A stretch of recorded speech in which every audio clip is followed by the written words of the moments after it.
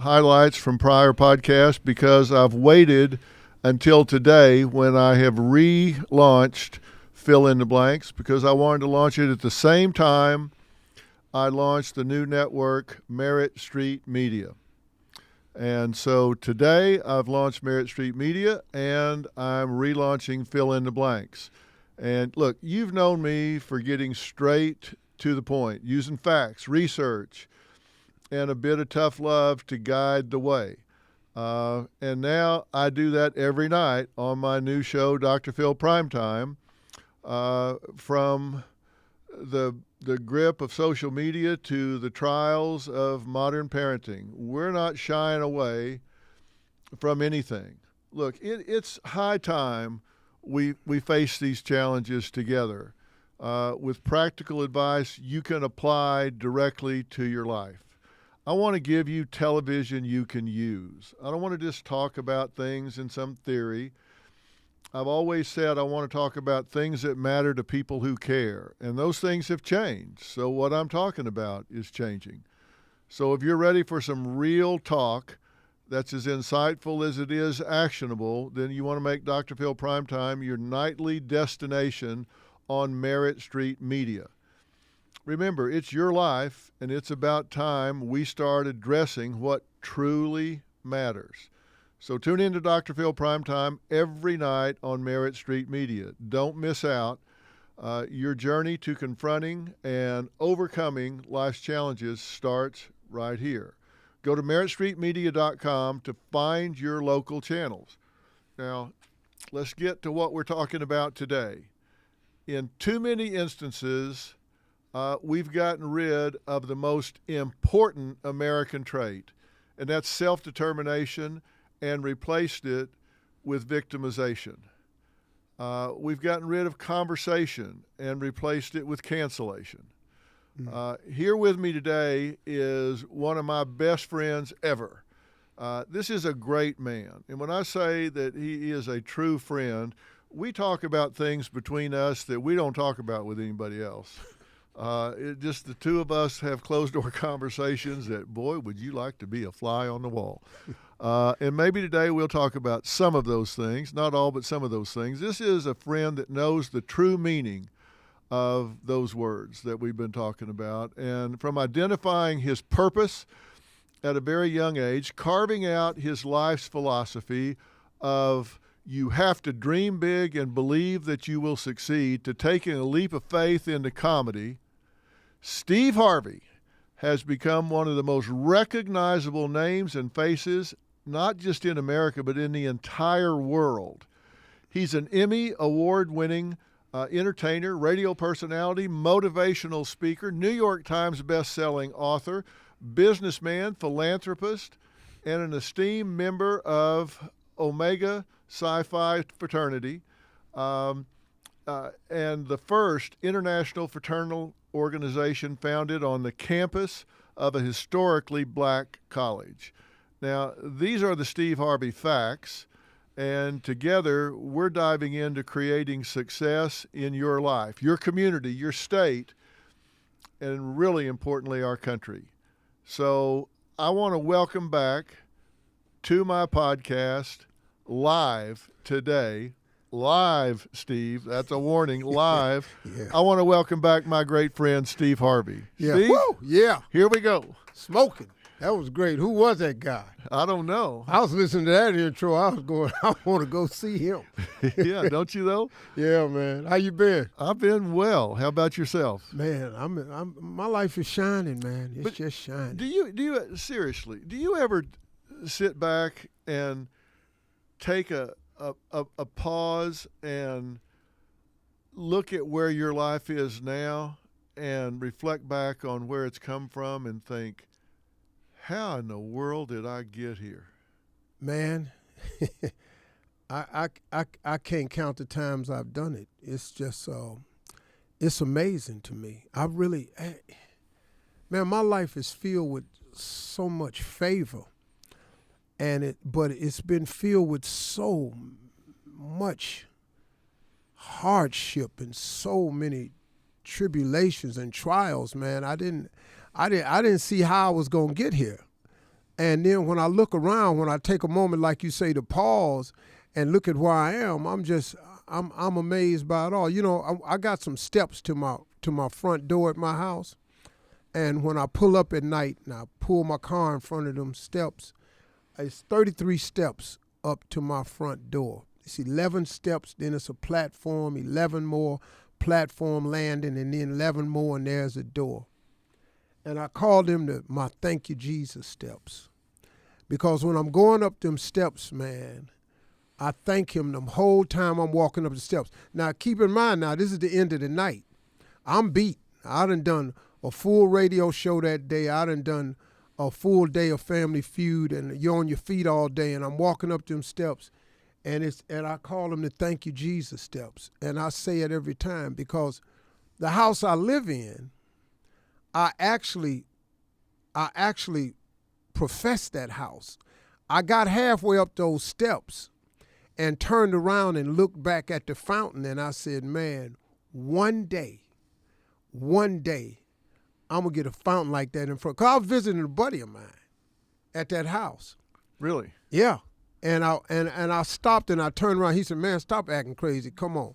I said, man, you got to be kidding me, man. And that's the house I live in today.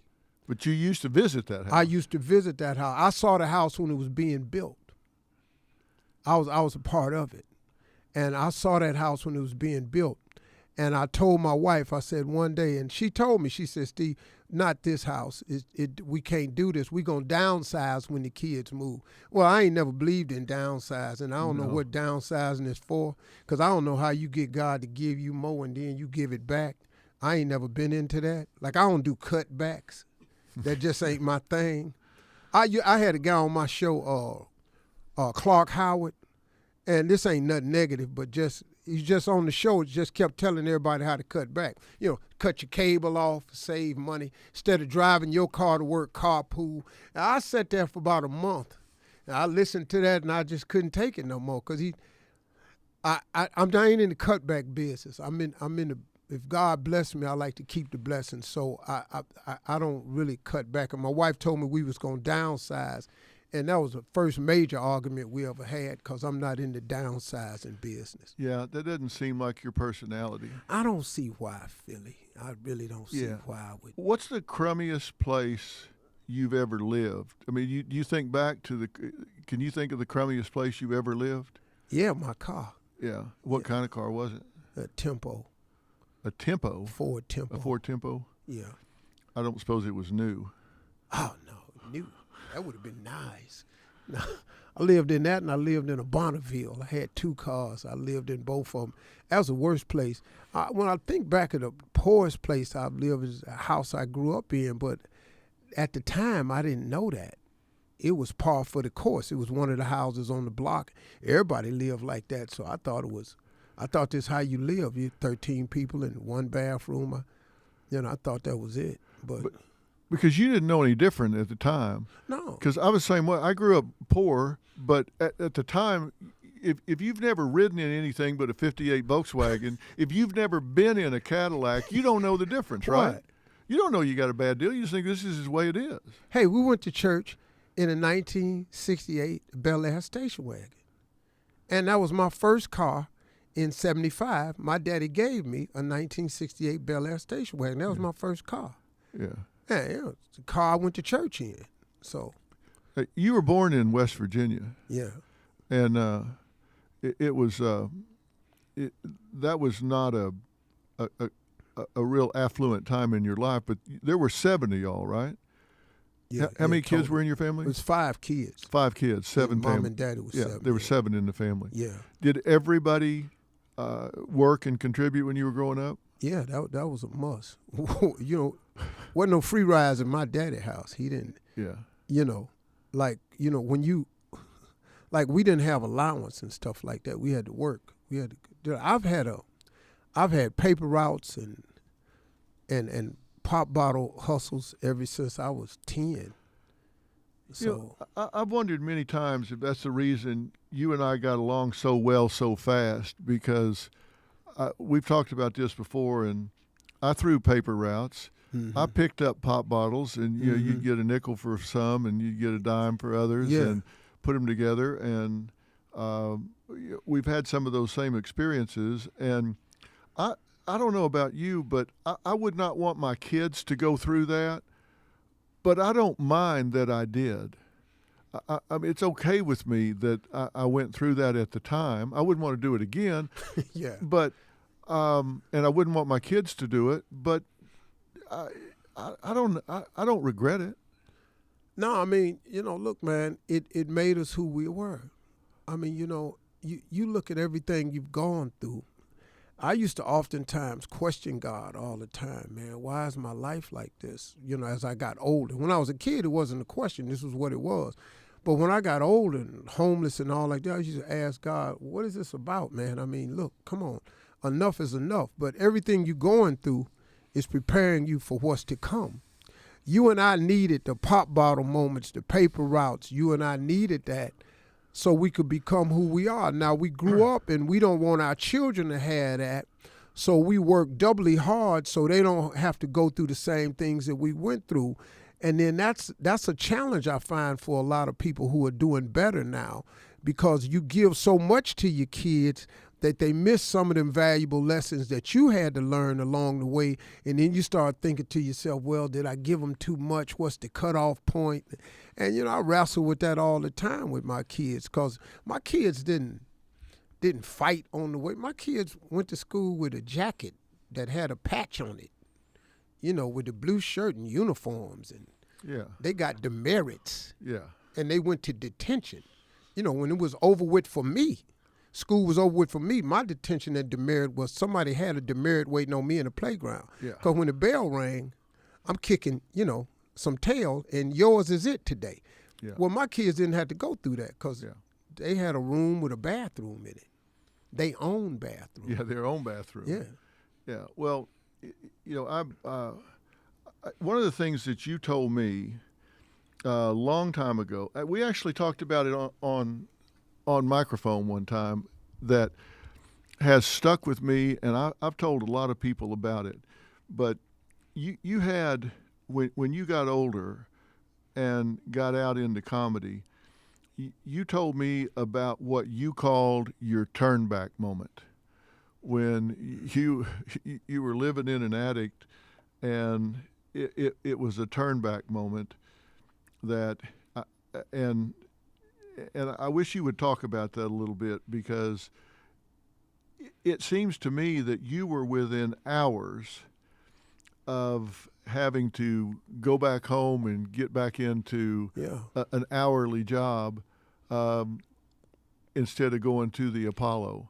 Because, look, man, I've said it before. Everybody, I don't care who you are, is going to have that turn back moment. Everybody is on track to a destination. Everybody has a dream. Everybody. Nobody is without dreams and visions. But somewhere along that dream or vision, you're going to have a moment where you can either continue or you turn back. The sad truth of the matter is, too many people turn back. And my turn back moment was, I was out there doing comedy. I was homeless. It wasn't going good, man, and I just had enough that day. And I was washing up in a hotel, and I was in there, and I used to go to fancy hotels to wash up, because they had actual washcloths rolled up in a little basket. Yeah. And I used to wet them and take them in the toilet and put soap all over my body. Then I wait till the coast was clear, and I go out and rinse them out and go back in there and wipe off, and then put my clothes on. And that was my bath. Well, that morning, a convention was in town, and when I got the soap, I went in there to soap up. A convention was in town, and I guess they had let out for a break, and people just kept coming in the bathroom, and I'm sitting there, and I got this soap on me, and it's drying, and I can't get back out there to get no fresh cloths to wash off, and the soap is drying on me, and I flipped the toilet lid down, and I sat there, and I just started crying. I said, this is it, man. I just can't do this no more. This comedy thing ain't working out. I ain't making enough money to take care of my family. I'm going to call my father, because my father told me once you leave here, you can't come back home. I'm going to call my old man and just cut a deal with him, see if he'll let me come back home for 6 months and get me a regular job. And let me give up on this comedy thing. And so when the bathroom finally cleared out, I was able to wash off. I went to get in the car. And before I called my daddy, I had an answering machine up in the attic at my mother and father's house. They let me plug up. And I called that answering machine. And I was just about to give up, and I said, I called the machine, and it said, hey, this is Chuck Sutton from Showtime at the Apollo. I saw a tape of you, and I was wondering if you could make it to New York on Sunday, and I'll put you on TV. You're a funny guy. Hope to hear from you. Click. Now, this was a Thursday. I'm in Pensacola, Florida. I got $35. And the Apollo Theater's in Harlem, New York. I got no way I'm going to make this gig. I'm going to be able to get there. And all of this time, man, I've been wanting to be on TV since I was a kid. Here's this TV moment, and I can't even get there. And, man, I was devastated. I said, God, look, this got to be a sign from God, sure enough to give up now, because I get the one crack to be on TV, and I can't even get there. So I sat down in the car, man, and tears is just coming down my face, man. I'm just sitting here going, I said, man, let me go and call my father. And I went back and I said, man, let me call and make sure he didn't say this Sunday. And I called back, hey, this is Chuck Sutton from Showtime at the Apollo, man. I saw your tape. You're a really funny guy. I got an opening on Showtime at the Apollo Sunday night. If you can make it, please give me a call. Man, you're a funny guy. Click. I said, I'll be doggone this Sunday. And I was about to hang up, and you know the old-fashioned machines, it said, boop, it beeped again. So I picked up the phone. He said, hey, Steve Harvey, this is Tom Sobel from the Comedy Caravan. I don't know where you are, but I got a gig in Jacksonville, Florida that pays $150. If you can get there, the gig is Friday night. I'll pay you $150. Let me know. I called Tom Sobel, said, man, I can get there. So I got there Friday night. I made the $150. I performed. I was so good, the club owner said, hey, can you TV? And I thought about it. And the reason I couldn't stop crying, because 2 days ago, I was finna turn back. 2 days ago, I was finna call my daddy and give up. 2 days ago, had that happened, I'm not here talking to you today. And that turn back moment, man, that gave me the faith and the understanding really how God works. See, if you quit, it'll never happen for you. But if you're hanging there, you don't know when God gonna flip the switch. And he flipped the switch right, because he saw me finna call. He knew I was serious. He said, this dude finna give up. Let me rescue him. But he had orchestrated the whole thing. And I didn't turn back. And that moment changed my life. Because when I got on TV, on Showtime the Apollo, that was the beginning of everything. Man, I've been on TV ever since. Yeah. But you hung in. I mean, you hung in and you didn't do it. You hung, and that $300, you could have taken that and gone home. No, I did that. Yeah. But you know, man, that's what I say to people all the time. Quitting guarantees you one thing. It ain't going to happen. Yeah. That's the guarantee of quitting. Hanging in there resides this little thing that's required. All you need is the hope. The hope. Faith is the substance of things hoped for and the evidence of things not seen. Just hope. That's all faith is. It's just really hope. And the harder you hope, the more faith you got. Faith ain't nothing but hard hoping, you know. But you got to put a lot of elbow grease with it too. And I want to ask you. Well, let's take a quick break, and then I've got to ask you a question that plays right into what you're saying. Let me do a commercial here, and it's about something I want to tell you that Steve and I have in common here in just a minute. And I'm going to do a shameless plug again for Merritt Street Media, because it is a new network where the rubber meets the road. This isn't just a new network. It is a revolution in common sense television, and it is straight from the heart of America to you. Now, look, this is a network that's founded on the principles of meritocracy, and that's just what you heard Steve Harvey talking about before we took this break. Meritocracy, rewarding hard work, rewarding hanging in there, and it's the spirit of Main Street. We're here to deliver content that speaks to you, about you, and for you. And Dr. Phil Primetime is just the beginning. We're rolling out the red carpet for shows that cover every angle of life as we know it, from family and relationships to the burning issues that are shaping our world today. And if you're ready for television that's as real as you are, it's time to tune in to Merit Street Media, because this is just our story. This isn't just our story to tell. It's yours too. This isn't just my network. This is our network. Let's make television that matters, and let's make it together. I want you to discover a whole new era in television with Merit Street Media. This isn't like a lot of other networks where there's one show and then you go to the next show and they don't have anything to do with each other. We've created a whole new ecosystem here where the news is involved with my show, and my show is involved with Nancy Grace's show, and Nancy Grace's show is involved with the behavior panel. I mean, all the shows are involved with each other, and Steve Harvey is going to have something to say about that in a few minutes, I bet. So to get involved, go to meritstreetmedia.com to find your local channels. There's a channel finder there, and you'll see exactly what I'm talking about. This is a passion for me, and I think when you tune in, you're going to see why. But I don't want you to just tune in. I want you to call everybody you know and tell them about it.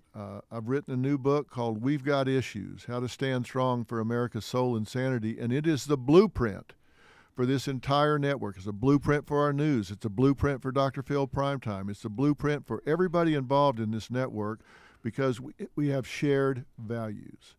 And I think you'll share them too when you tune in.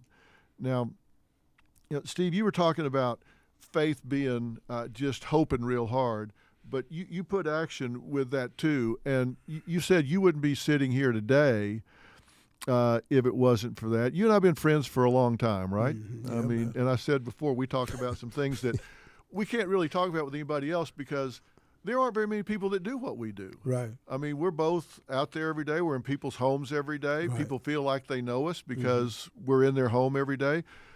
You're in my home almost all day, every day. Right? I mean, I think you were at my house one time and I pulled up the record guide. I think we had, 430 episodes of Family Feud recorded in a row? Yeah. Because Robin just records them all. Yeah. And watches them all. And people see you, and I mean, you have a great gift for humor and banter with people. You go back and forth with them.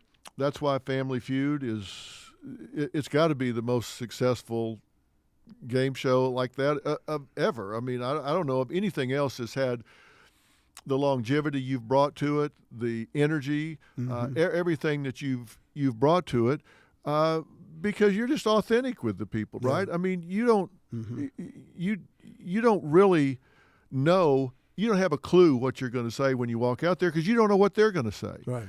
You just let yourself kind of come through, and that's a big part of all the comedy you've ever done. I've seen your stand-up. I've seen your concerts. I've seen everything you do, and you have comedy that you work out where the beats are timed and they're exactly what they need to be. But a big part of it is you just interacting with the audience. Where do you get the confidence to do that?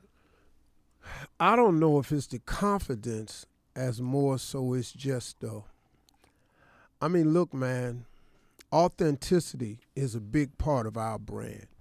Mine and yours. I think that's a big part of our friendship over the years is authenticity. I couldn't believe it was another dude in the business that was just a real dude. And you couldn't believe it was another dude in the business that was just a real dude. Because you know what we run up into out here. Oh, yeah. You know, you got your brand manager, you got your PR person, you got your attorney, you got all these people being stuff that they're told to be. You ain't never been that, and I ain't never been that. They call me a country bumpkin and all like that. Well, I'm from Welch, West Virginia. What you want me to be? Yeah. Well, what you want me to do? You know, you can't. I'm not finna speak grammatically correct. I got high school diploma. That was it. Graduating class of 695. I graduated 690. Yeah. So you weren't at the bottom. No. Them 5 people out after me, I gave them the blues when I saw them, too. I tried to encourage them, you know. Hang in there, dog. It'll be all right. 694 is right around the corner. You know, I tried to build them up, man, but it was an authenticity, man. I just can't fake the funk, man. I don't like that. I can't hold the line. You know what I mean? If I'm out here faking, man, I'm not going to be able to hold the line. I already know that, because the real me going to come out. See, it's sort of funny, man. Like, if I don't like you, I just stay on the other side. And just me and you don't need to talk, because it's going to come out, because I'm not going to be able to hide the fact that I don't care for you. Because the moment you say something contrary to what I want to hear, then here it comes. I'm going to let you have it right in the teeth. And I've always been that way. So I've just wanted to stay authentically me. And I think people respond to that. I know that's why you've been on TV for so long, man. I told you, but my favorite moment on TV, I was watching you on TV talk to this guy. And you were just frustrated with this dude, and he was just whining. I don't want. And you just say, "Hey, man, you gonna have to man up." And I went, "Okay." Oh, you could feel the brakes going. You just saw. I went, "Okay." He gonna get some calls on that one right there. You finna get a lot of emails coming in. Dr. Fielding insulted him by telling him he needed to man up. Well, really, man?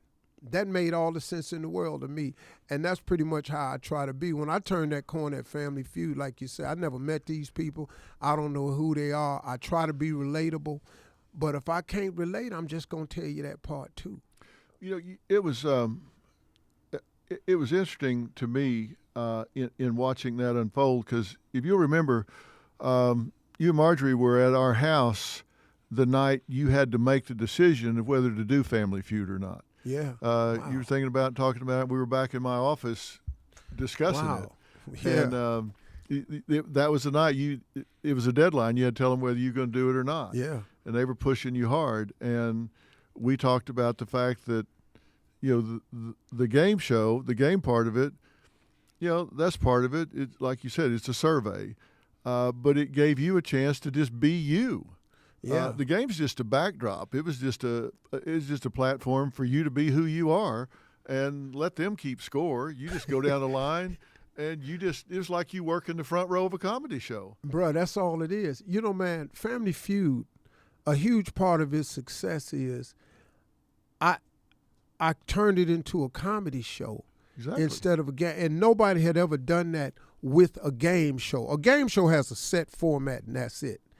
Family Feud is a game about a survey. Top 100 people survey said, hear what they think. Well, who care? I mean, you know, and I tell you what was making me have that trouble at your house that night. They had sent me a tape of the guy before me, and the question was, they sent me a tape for me to see the show. Name your favorite pet, and the guy said a cow. And the host said, well, let's see if it's up there. And I said to myself, the hell are you talking about? What do you mean, let's see if it's up there? Cow. You ain't said dog, puppy, cat, chicken, fish, bird, turtle, you know, stuff people got. Who got a cow walking around their living room? And I said, well, so why would I do that? The lady said, you would say that to the contestant? Yeah, I'm not going to turn and say, let's see if it's up there. Now, first of all, I know it ain't up there. And that's secondly, let's find out why you thought that ignorant answer would be up here. She said, you can't make disparaging remarks against the contestant. Yeah, watch me. I said, lady, what you bring me down here for? You know who I am. You seen my tapes. I don't make disparaging remarks. Lady, I'm an observational humorist expert. I made an observation that you said a stupid answer. What I do is I now say what everybody at the house is thinking. And that's what I did. And man, they told me that won't happen. I said at your house that night, I said, Philly, I don't know, man. And you told me, you said, man, why don't you just go in there and be you? Yeah. And I said, okay. And then I took the gig, and that was it. Yeah, that was it.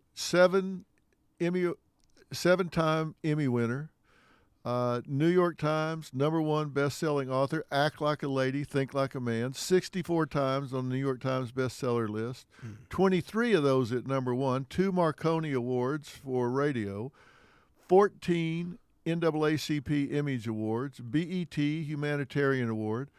I know you got a star on the Hollywood Walk of Fame because I gave it to you. Yes, sir. Yes, you did. People's Choice Award, Yes. Induction into the National Association of Broadcasters Hall of Fame. Yeah.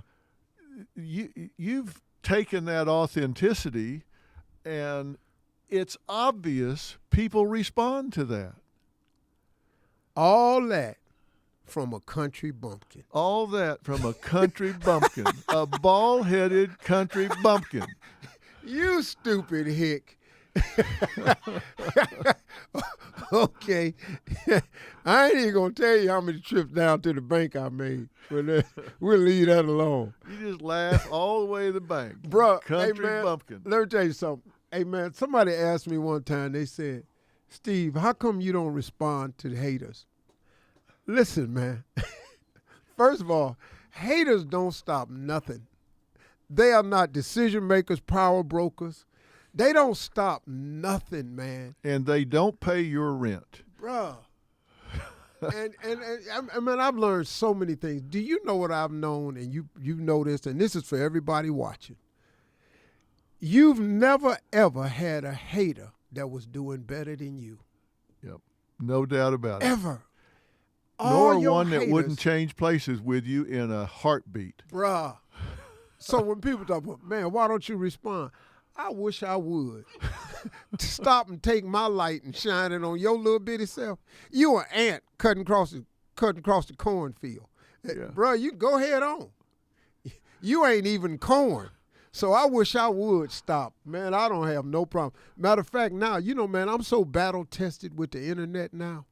You know, me and you was talking about that and how TikTok is running the airwaves now. And the reason I know about TikTok, because I work with a lot of young people. Yeah. And they world is TikTok. One of them sitting over there right there. He's the TikTok king. He's the king of TikTok. All of his news come from TikTok. Yeah. Well, then you know it's right.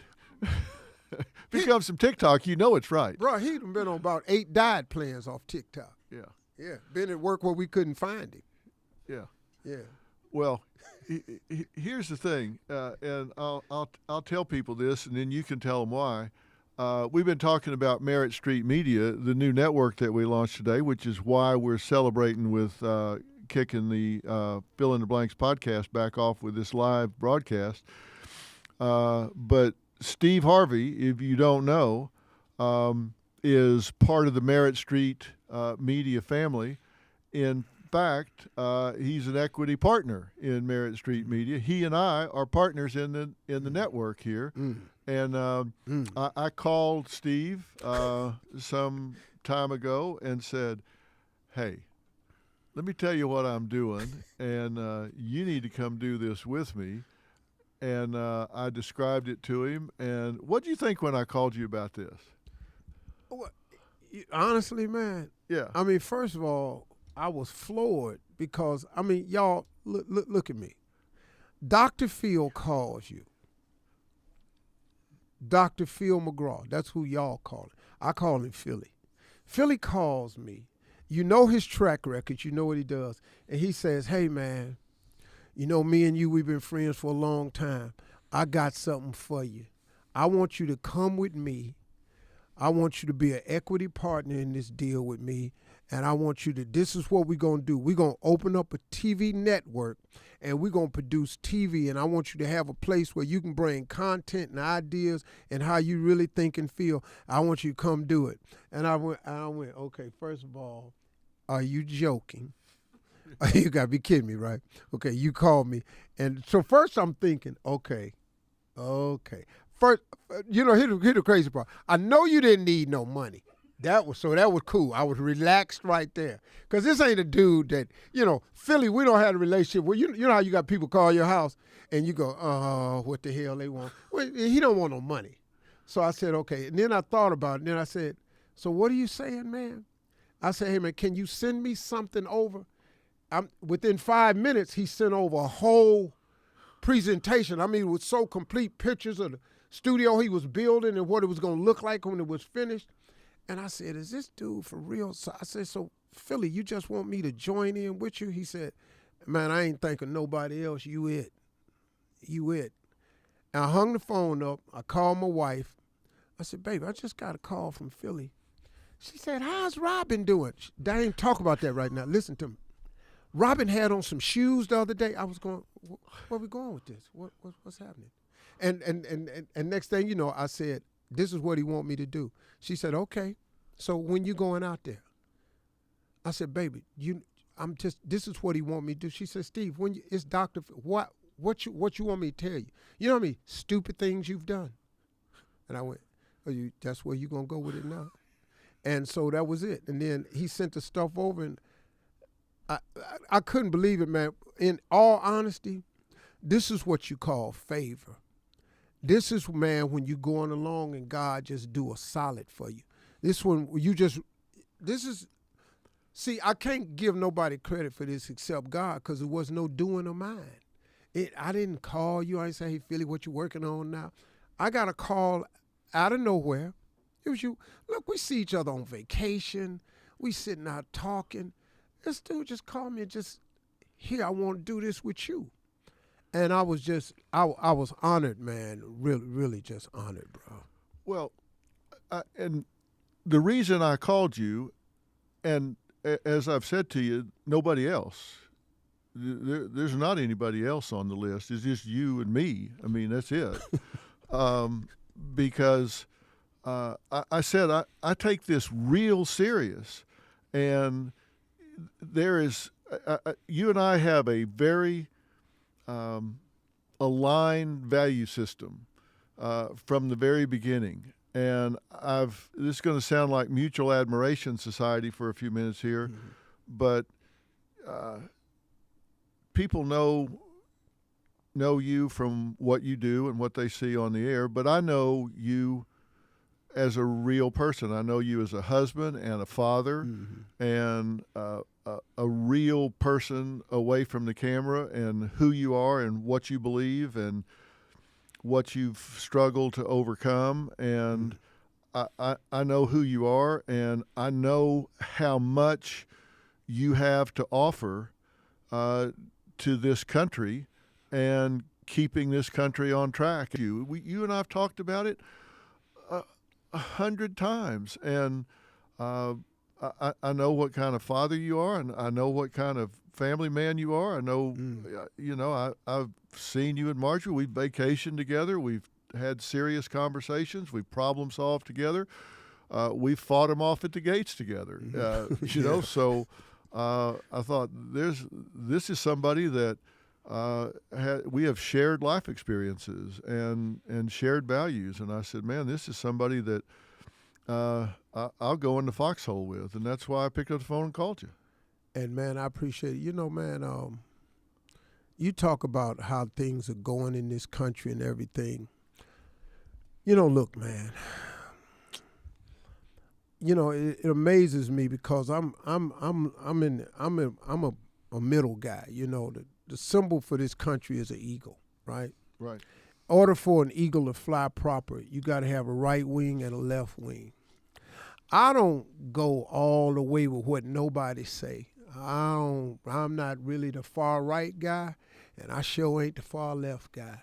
Because I like to get it, man, where I care about my family. I care about my grandchildren. I care about my kids, man. And I'm trying to figure out the world that they're going to be in if we keep going at the pace we're going.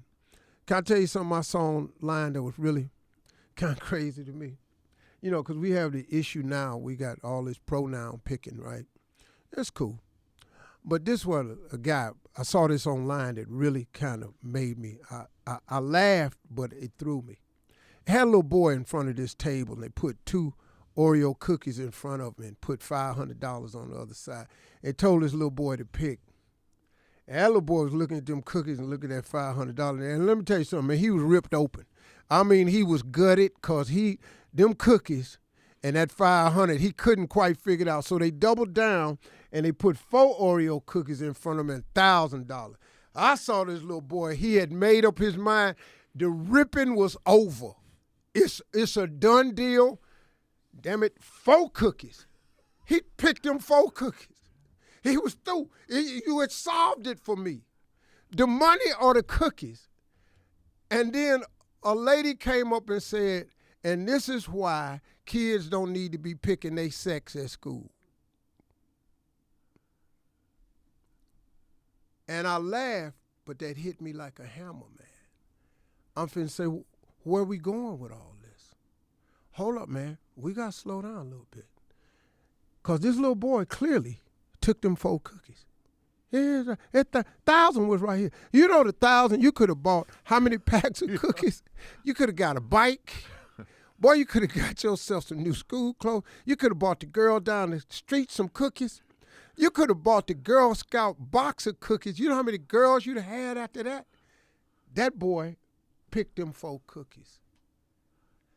And I said, man, that's what we got to start thinking about. And, you know, man, I'm okay with everybody making whatever decisions they want to make.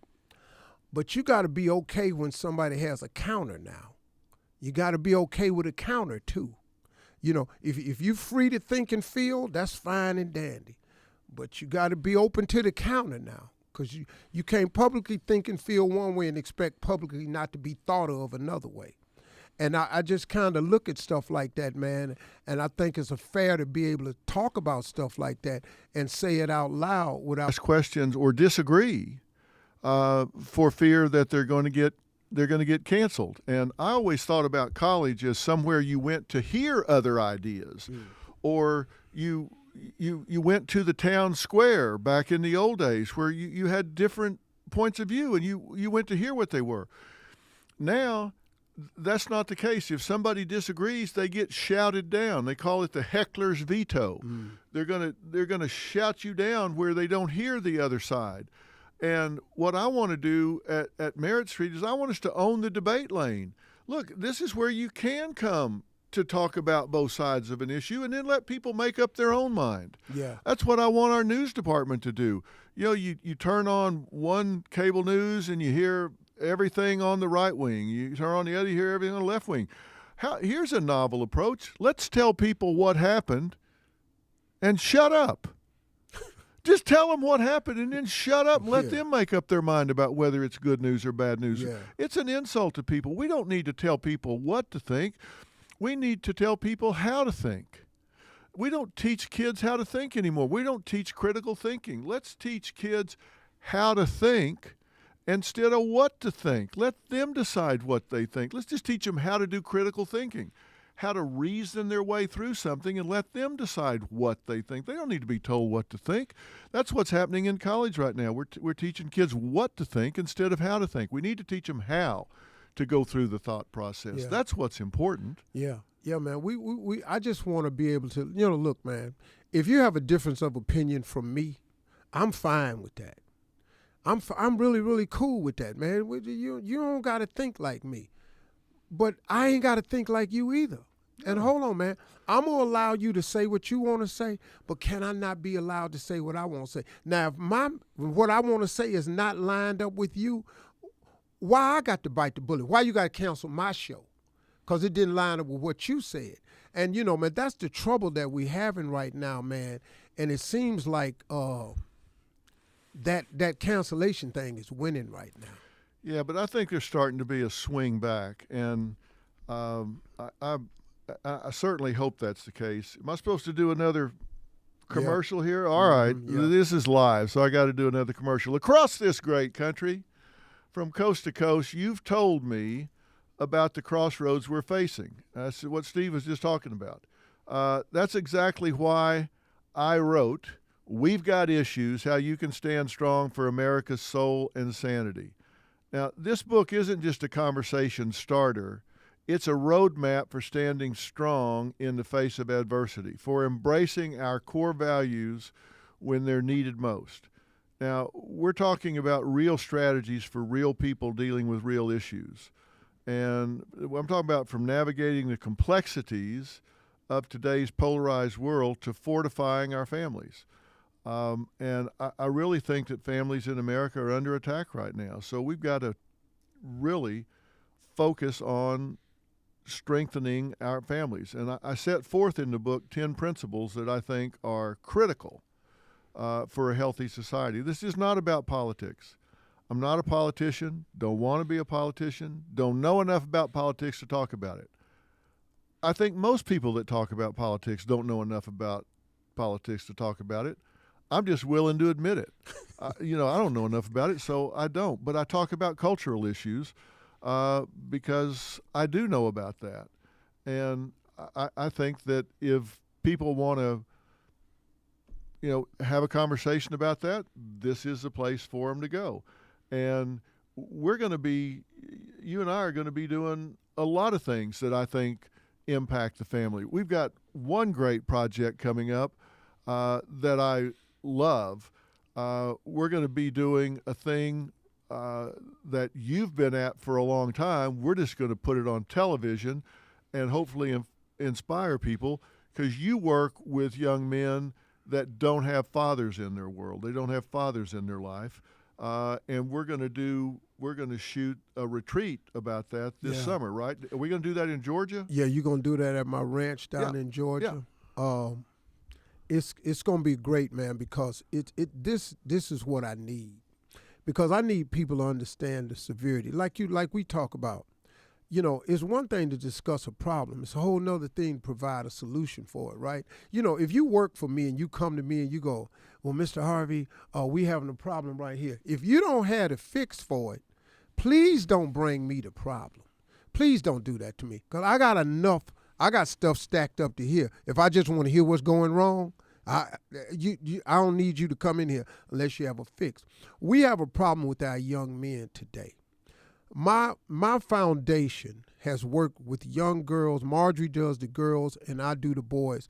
And this is my 14th or 15th year doing this.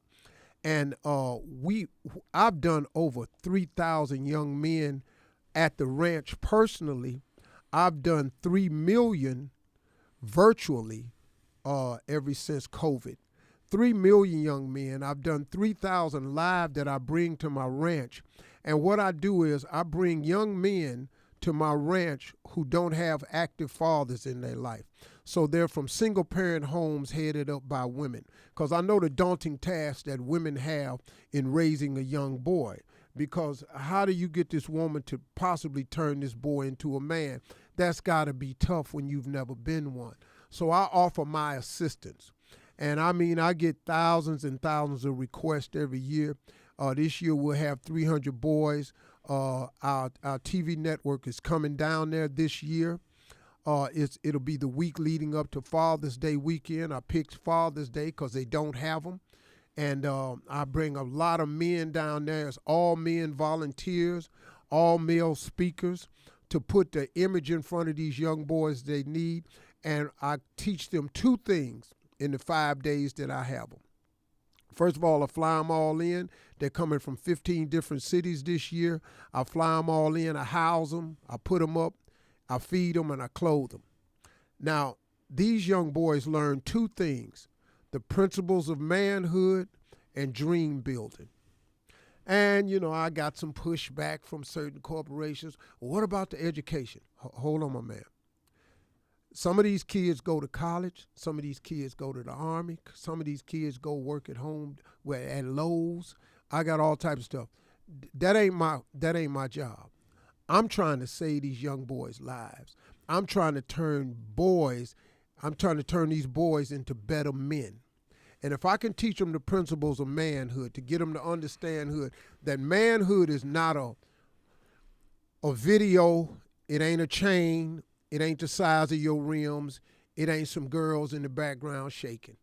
That ain't got nothing to do with manhood. Real men go to work, real men obey the law, real men love God, real men respect women, real men go to work every day. See, I got to get that in their head. And if you give them to me for 5 days, I got a program that's set in stone that is proven to have maximized results.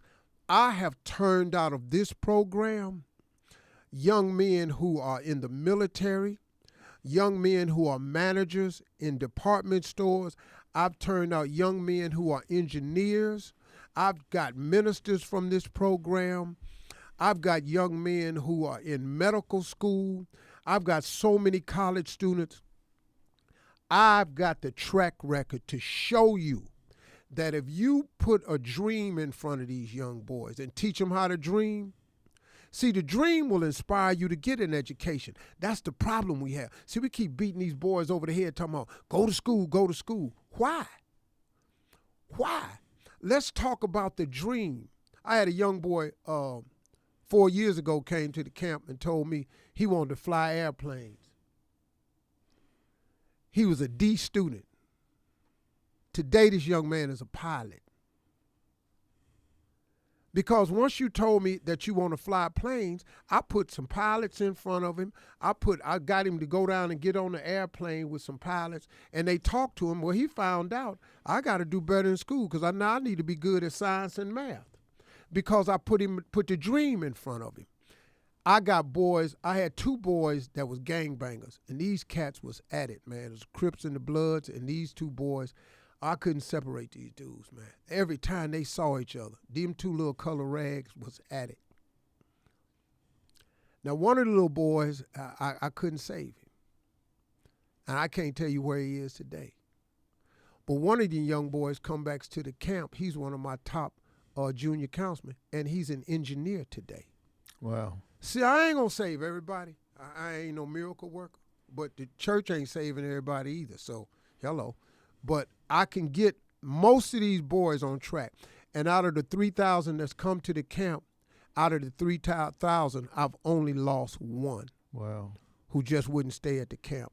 And when you come down there this summer field and you bring these cameras and we get a real light on this, maybe somebody would turn around and help me with this. Because I spent a lot of money on this ranch myself, Marjorie and I, and bought it and donated it to the foundation for $1 so I could change these boys' lives down in Barnesville, Georgia.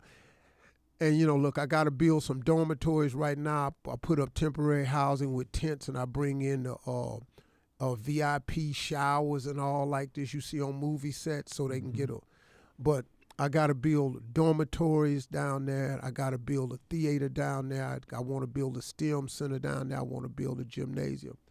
But you bring them cameras, man, maybe some people understand what we're doing. I do want people to see it. We got a video of any of this? Let's roll it.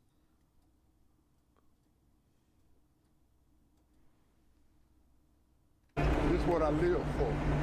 This is what God made me for, man. I'm living my purpose. All that fame and fortune, it was for this.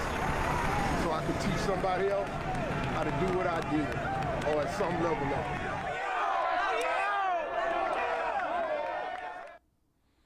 Well, how many boys at a time? 200 to 300 each year. Each year, now, all at the same time? All at the same time. Yeah. It's just truckload, man. And how old are they?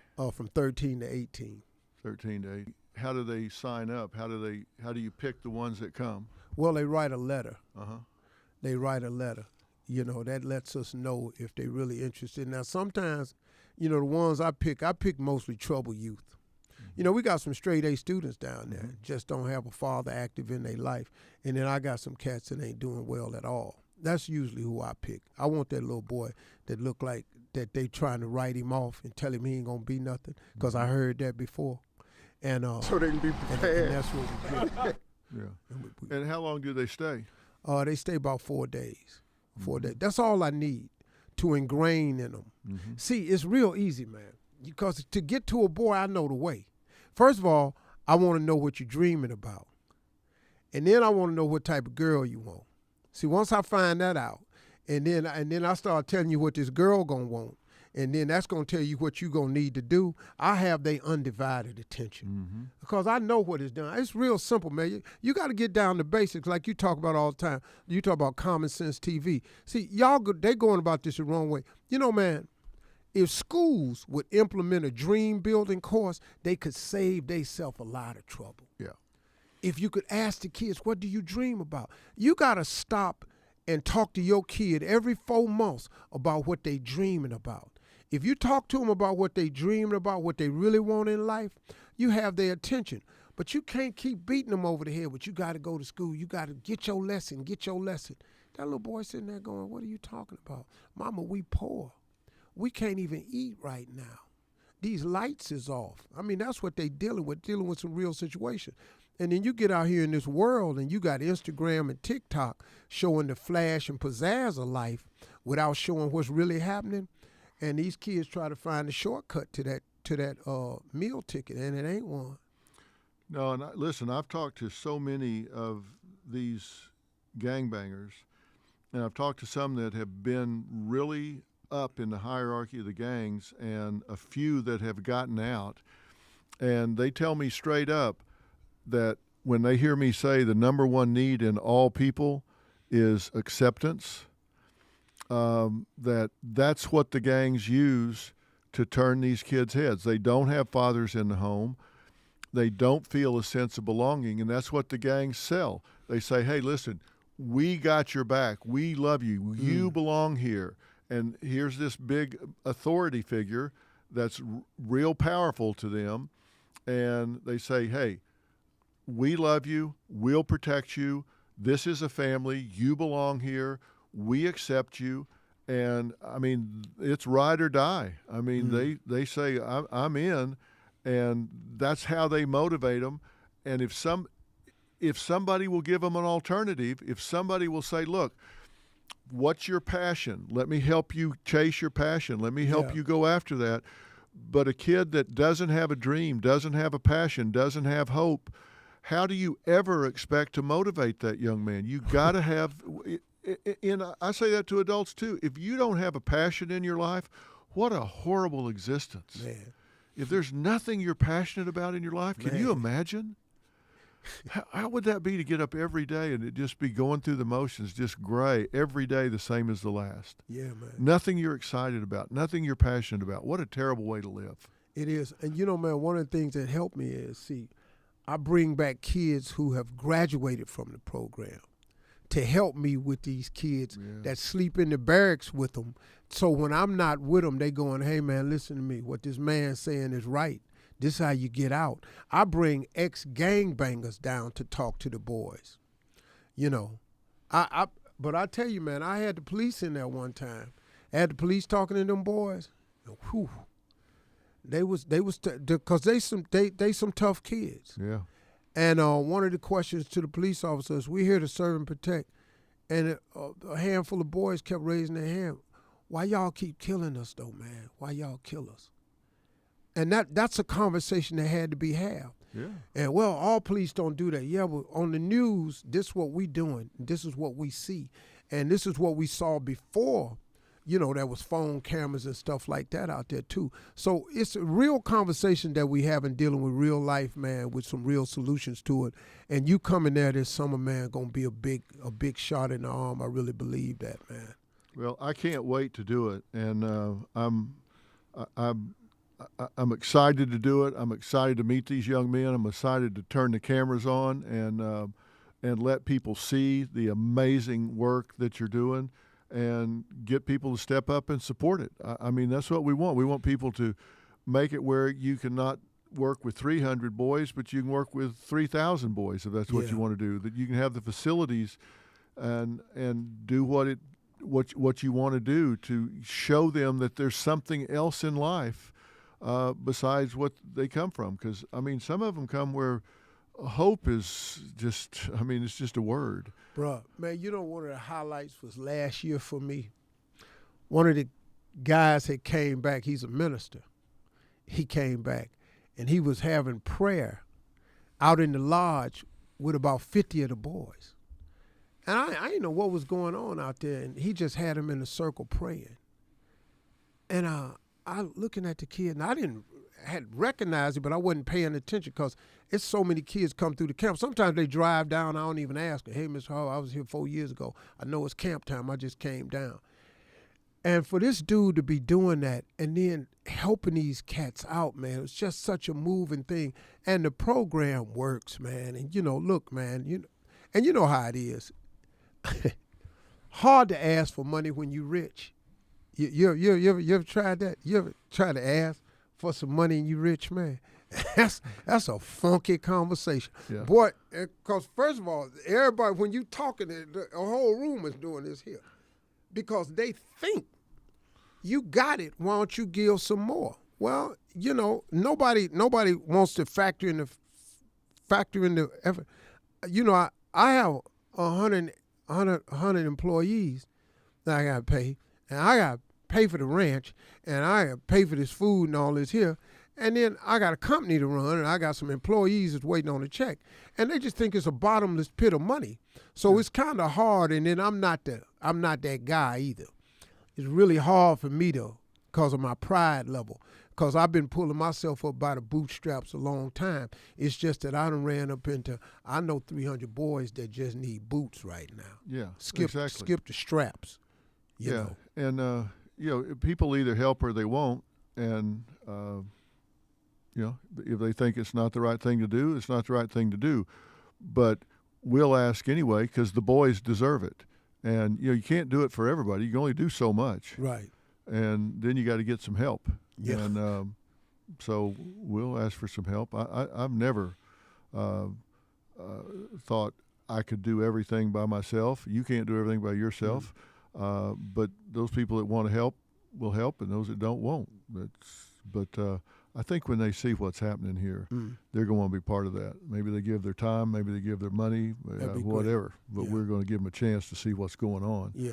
That's good work. You know, the thing I love about this conversation is, you know, people love you. They love your persona. They love your comedy. They love the way you deal with people, and that you always interact with them, and never in a mean-spirited way, even if you're cutting up with them, joking, making fun, or whatever. You're always fast to make sure you're the butt of the joke, instead of at somebody else's expense. But I love for people to get to see another side of you and know what you're really all about, and the depth and caring that you have, and how deep Steve Harvey runs. And one day, God gonna give you a big house up on the hill. You can't get up on the hill and don't tell nobody else how to get there. Yeah. I ain't know what she was talking about back then. Yeah. I got it now. That's what mentoring's all about for you. That's it. I got a house on the hill. Yeah. And now I'm trying to teach as many people as I can how to get up there. And this mentoring camp is it. And Marriage Street is another part of it, which is going to let me be able to get to a whole lot more people a lot faster too, man. So I appreciate you picking up that phone and calling me and thinking of your old dog. And, you know, me and you, man, we got a couple of ignorant things. You know, people don't know this about you, but you're the first person's house I ever went over that had an electronic toilet. And you didn't tell me that it was electronic. And you told me, you sent me in that bathroom knowing good and hell well you was going to be out there dying laughing, because as I finished in the bathroom, I was standing there and there was no button or handle to flush. What activates the flush is you step away and then it automatically flushes. Well, I'm standing there for 15 minutes. I'm under this toilet bowl looking for a button because I got to flush this man's toilet. Because there ain't no way in the world I can walk out of here without flushing this man's toilet. He won't be talking about me. And I knew you was out there laughing at me. I knew it. I knew you was. Because you knew I was in there too long. Well, I figures Hillbilly will walk away eventually. Yeah, but I couldn't. God. You know, I told you that it was a simple process. I wasn't going in there for the big one. It's just a little short. I'll be out here, 30, 40 seconds, unload, skeet, come on out. That's all I'm thinking. Boy, I was in there, I couldn't find that button, and I knew you was out there laughing at, because let me tell you what you did. When I came out, you was sitting on the couch. You was just, had your arm folded, you was smiling. I said, hey, Phil, you said you couldn't find the button, could you? No, you know what he said? He said, I know what you're going to do. You're going to dip it out of there and sell it on eBay. That's what you accused me of. Well, I thought that too. But I want to thank you, because now every toilet in my house is that way. And I put them in the guest powder room too, just so I know. And when my partners come over from Cleveland, Yeah. I'm thinking about putting the camera in there. You bring some boys from the hood and just stand out Boy, there. let me tell you something, man. I heard that one guy was in the bathroom. I heard what? Damn. The hell, wait a. He was just in there cussing, man. I was outside the door, and then he said, hey, man, you outside laughing? I couldn't help it, man. Well, it was Robin that put those in there. It wasn't this bald-headed hillbilly over here that put them in there. And then she thought they're so cute. There's no buttons. There's no handle to flush. I could see Robin doing it now. Yeah, exactly. They look like little hat boxes and everything. Yeah. They're real cute. Yeah, well, you can't tell whether the toilet seat is up or down. Yeah. Yeah. Well, now that we've enlightened everybody on my toilets, Yeah. It's time to say goodbye to the first live episode of Fill in the Blanks. And thank you for doing this. Thank you for joining Merritt Street Media's family. We had a hell of a lineup on the stage today, didn't we? Whew. I didn't know, man. Yeah. It was a different kind of money in there. Yeah, we had some players up there, so that was great. So, listen, everybody, thank you for joining us today. We'll be putting up some more content really early, really soon. I don't know how we can top sitting here with Steve Harvey, but we'll be following this up with some other content. And be looking for Steve and I on Merritt Street Media soon. We got some interesting stuff in the works, don't we? Sure do. We're going to surprise them. I think you said it well. We're going to knock down some walls. Yeah, man. Let's go. Yeah, 2 bulls in a china shop. We're going to knock down some walls, guys. Thanks so much. 8 p.m. prime time tonight. Yes. Tonight, 8 p.m. Eastern, 7 Central. Go to merrittstreetmedia.com, check Channel Finder, put in your zip code. It'll tell you exactly where you can watch it. 7 p.m. Central, 8 p.m. Eastern. And you can see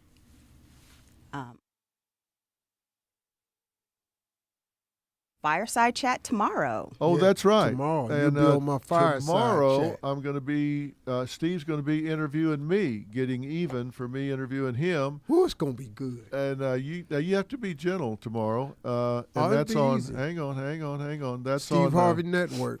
That's on the Steve Harvey Network, Fireside Chat, tomorrow.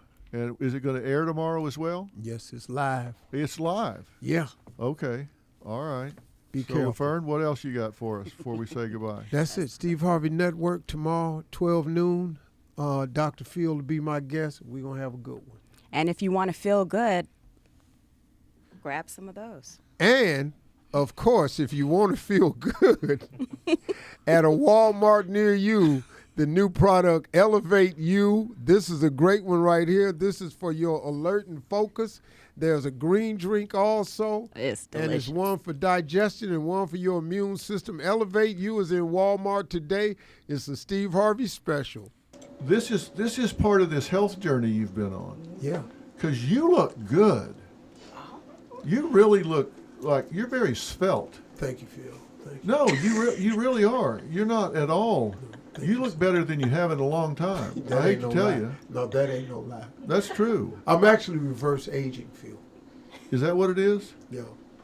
I've actually taken some step back. I've lost 30 pounds. Yes. That's what I mean. You're skinnying up. I'm at 17.2% body fat, which for a 67-year-old dude is pretty. Yeah. And it's I'm gonna get better. My goal is maybe 15% body fat. I don't want to say that. I want to say 14, but I'm scared. So let's just leave it at that. I'm just trying to live a long time. I just got this money, So I'm just trying to, summer before last is when it really hit. So I'm just trying to stick around. So this is in Walmart. Yeah, it's in Walmart, man. Really? Yeah. And it's called Elevate You. Yeah. Well, Robin was really excited about this. That's how I know you'll be taking it soon. That I was going through was the taste, right? I knew that the broccoli, I knew the kale, I knew the spinach was good for me. I just couldn't get it down. So when I came to you, what gave you the notion that you could put some chocolate with this? Cause look at this right here. You put this on a plate, show it to somebody, they'll go, what the hell? And you went, yes, what the hell? And you put it together. How? How'd it come to you? What? Well, we knew that chocolate was something you really enjoyed, so we were motivated to figure it out. It certainly isn't the flavor profile that normally goes with your greens, but what we decided to do was import chocolate flavors from Europe. And so we imported a ton and tried them out to see how we could get it to actually combine really well. And we found a way to actually combine it, and just a lot of trial and error, and we got it to work. That's actually John Lyons. He's a Harvard scientist, nutritionist. He's a guy from Harvard. He's way smarter than me. I didn't even know what he was talking about. So this is part of the whole program. Yeah. And this is you've used this to help get out of your comfort zone and really get into what you're doing. It says Steve Harvey's Elevate You. Yeah. Okay. So why you been holding out on me on this? Well, Why didn't you tell me about this before? You know how it is when you got a friend and you kind of in a competition, you want to try to catch him a little bit. So I wanted to try to get in shape and then bring it to your attention. Yeah. Well, yeah, thanks for caring so deeply about I do. how great a shape I'm in. Well, yeah. You waited till you built, Mary. Yeah. Okay. Yeah, I know. She can go off sometimes. Yeah. But she's really smart. I got to give her that. Right here, like I just chewed that one just now, and I'm like 30% smarter. Right Really? now. Yeah. Yeah. How many of these you eat at a time? I try to eat about 13. No. I'm a low number. Well, I just had 2, and I feel like I could just tear up a Rubik's Cube. No, that really is, it does taste good. It does, man. All right. Thank you, brother. Well, Robin talked to me about this already, and she digs into this, and it's serious. Elevate You. It's in Walmart right now. So go get some of this and download the Merit Plus app when you feel smart enough to do it. Okay? Thanks for being here, everybody. So long.